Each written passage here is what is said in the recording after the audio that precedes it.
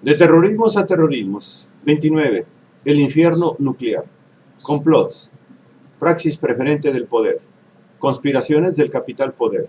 Ejercicio imperialista. 26. La conspiración de los estafadores. B.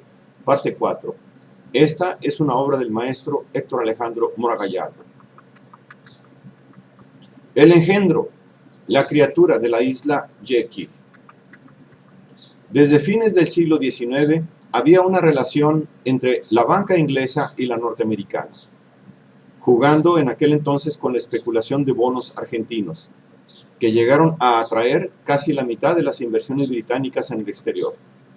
La banca Barning compartía con JP Morgan el negocio para cuando una mala cosecha en Argentina rompió el idílico juego especulativo y lucrativo para los del norte. La subsiguiente crisis política en el país del Cono Sur dio al traste con las ganancias de los instrumentos fiduciarios que bajaron en cascada, arrastrando a la Baring Brothers a la bancarrota, de la que se salva solo gracias a la rápida intervención del Bank of England, que organizó un operativo rescate junto con JP Morgan & Company de Nueva York y la banca Rothschild, entre otras casas bancarias. Ni más ni menos. Ayer como hoy, las recurrentes crisis financieras responden a un patrón cortado a la medida que oficia a favor del capital metropolitano y usurero. Por igual que México, Argentina inició su independencia solicitando un préstamo a la casa Baring hacia 1821, empréstito concertado por la cantidad de 1 millón de libras, de las cuales, también por igual que en el caso mexicano, solo una porción menor se hizo efectiva, y en letras de cambio valederas para ser canjeadas por comerciantes ingleses ubicados en Buenos Aires, evidenciándose el negocio redondo de la economía imperialista inglesa. Prestaba para que los países dependientes del sur tuviesen efectivo, con el cual estos subdesarrollados tuvieran el dinero con que comprarles sus avanzados productos manufacturados por la industria más desarrollada del mundo. Originalmente, 570,000 libras de deuda soberana que acrece a través del siglo efectuándose sucesivos reajustes, cual negociaciones que permiten cobrar intereses sobre intereses y o las indispensables amortizaciones, lo que garantiza al prestamista obtener ganancias que superan por mucho las cifras originales concertadas. En el caso argentino, la cifra fue saldada hasta 1901, a un costo total, tras de 80 años de cobros, por 3.734.766 pesos fuertes, demostrándose por igual al resto de América Latina cómo ha venido procediendo el capital prestamista metropolitano, fomentando el saqueo neocolonial que se implementa por medio del agiotaje bancario, legítimamente sustentado en el orden económico internacional en beneficio de manera flagrantemente descarada de los países del norte. Neocolonialismo a la carta, ejercido en un orden histórico estructural que pasa de una forma de colonialismo a otra. Y ocurrió que hacia 1995 la casa Baring volvió a quebrar, no siendo ya rescatada por el Banco de Inglaterra, sino que se permitió su absorción por el ING Banker de Holland, con lo que a fin de cuentas la vieja dinastía de banqueros europeos no deja de complementarse para seguir siendo los acreedores del sur. Pero antes de la Primera Gran Guerra, los Estados Unidos se perfilaban a ser la principal potencia mundial. Para inicios del siglo, junto con Alemania, rebasaban la productividad de la Gran Bretaña en proceso a relevarla. Como en todos estos casos, la casualidad, simulando coincidencias, denota la intencionalidad del poder capitalista actuando como causa de fuerza mayor que determina ciertos acontecimientos cruciales en el establecimiento del orden mundial. Casualidades de casualidades. El 23 de febrero de 1913, un comité del Congreso estadounidense, presidido por el demócrata Arsen P. Pujo, presentó un informe que hacía ver cómo se concentraba la propiedad cual posesión de grandes monopolios, habiéndose consolidado en la nación la propiedad en poder de trusts bancarios industriales o industrial bancarios, resultando los emporios de JP Morgan y John D. Rockefeller los más afortunados.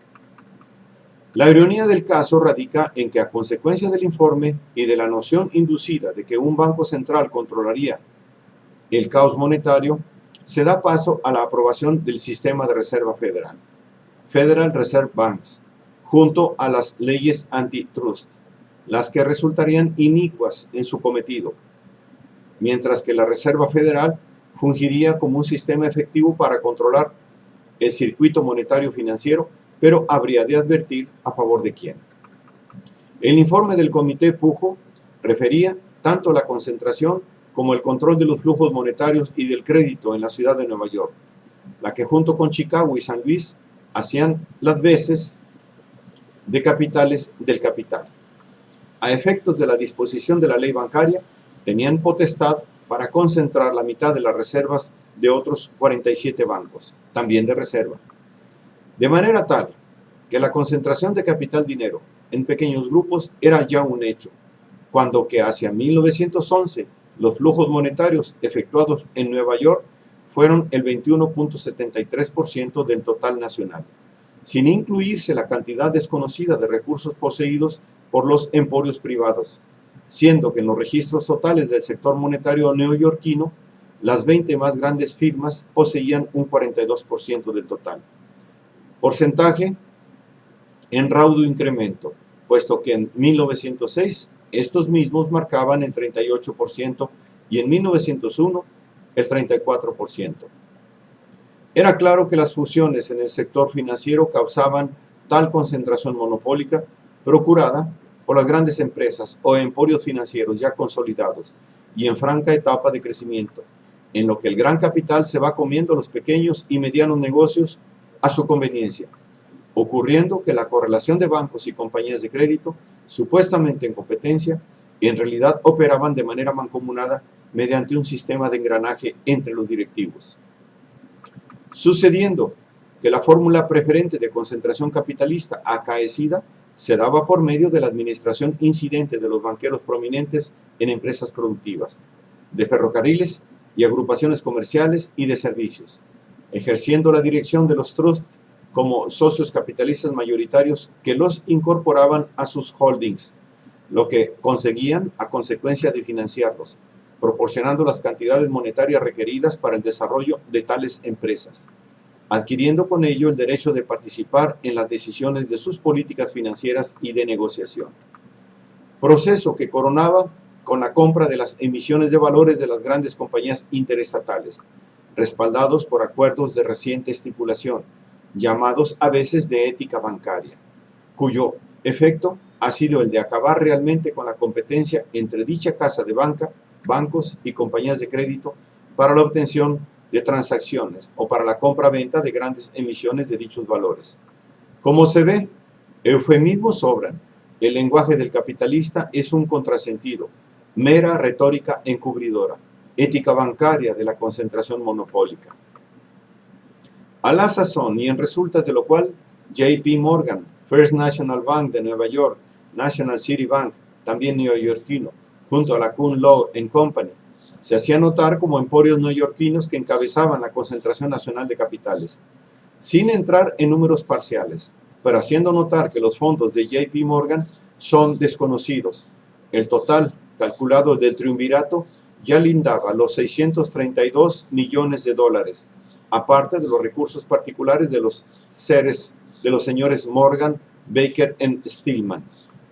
Además de ello, los susodichos eran socios capitalistas de 7 importantes firmas bancarias y de crédito neoyorquinas, cuyos fondos totalizaban los 960 millones de dólares, con lo que el total monopolizado alcanzaba 1.600.000 millones de dólares, debiendo añadir el capital de otra entidad monetaria, la Equitable Life Assurance Society, controlada por la posesión de acciones de J.P. Morgan, contabilizando en 504 millones de dólares, haciendo un monto total de 2.104 millones de dólares. Y uno se pregunta, ¿qué porcentaje de este caudal pertenecía a los Rothschild? Misma corporación que extendía sus tentáculos al sector transportista como accionista de varias de las principales empresas de ese ramo, preferentemente en aquella época, compañías ferrocarrileras, pero también marítimas, acaparando acciones y o emitiéndolas. Lo mismo vale para la incorporación de empresas de producción y comercio, entre las que se incluían la General Electric Company, la International Harvest Company, la Caguana Steel Company, la Pullman Company, la United States Steel Company. Inclúyase en el sector servicios públicos a la American Telephone and Telegraph, etcétera, etcétera. Multitud de empresas bajo control accionario del emporio y tríada bancaria neoyorquina. Añádase al Bankers and Guaranty Trust como un apéndice más del grupo Morgan. Así que el total de este holding neoyorquino ascendía hacia 1911-1913 a 118 direcciones en 34 bancos y compañías de crédito, sumando el total de sus recursos 2.679 millones y un total de depósito 1.239 millones.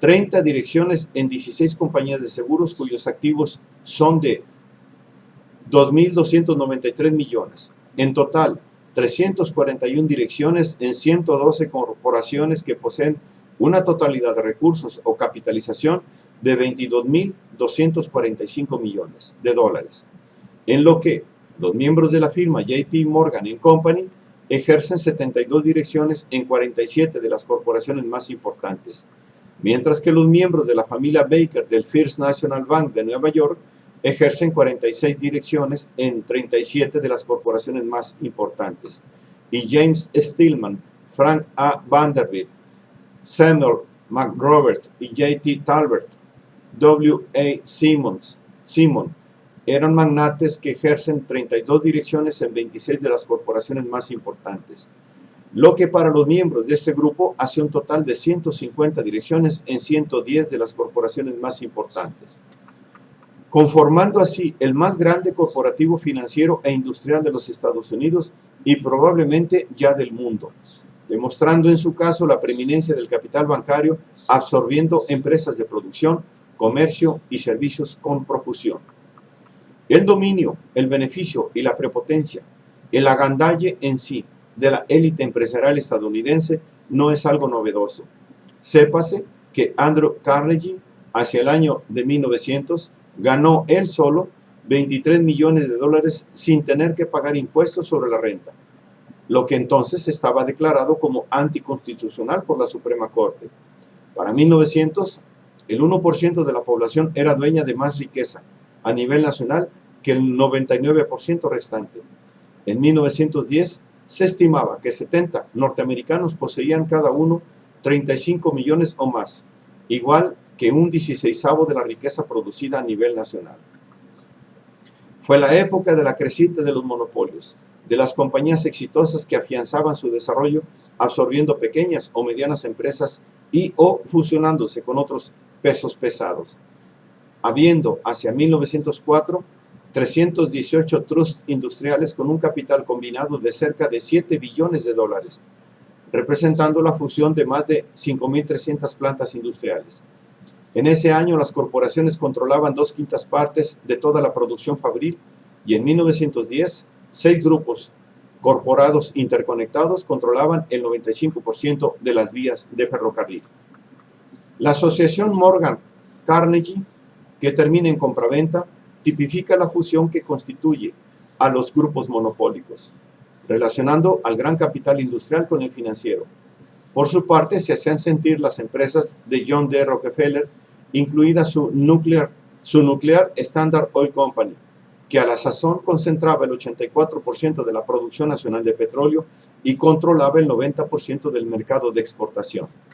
Así, tenemos a un otro grupo industrial financiero preponderante que incluía en sus ramas expansivas refinación de metales no ferrosos, a la industria del tabaco, ferrocarriles nacionales, bancos e instituciones financieras neoyorquinas.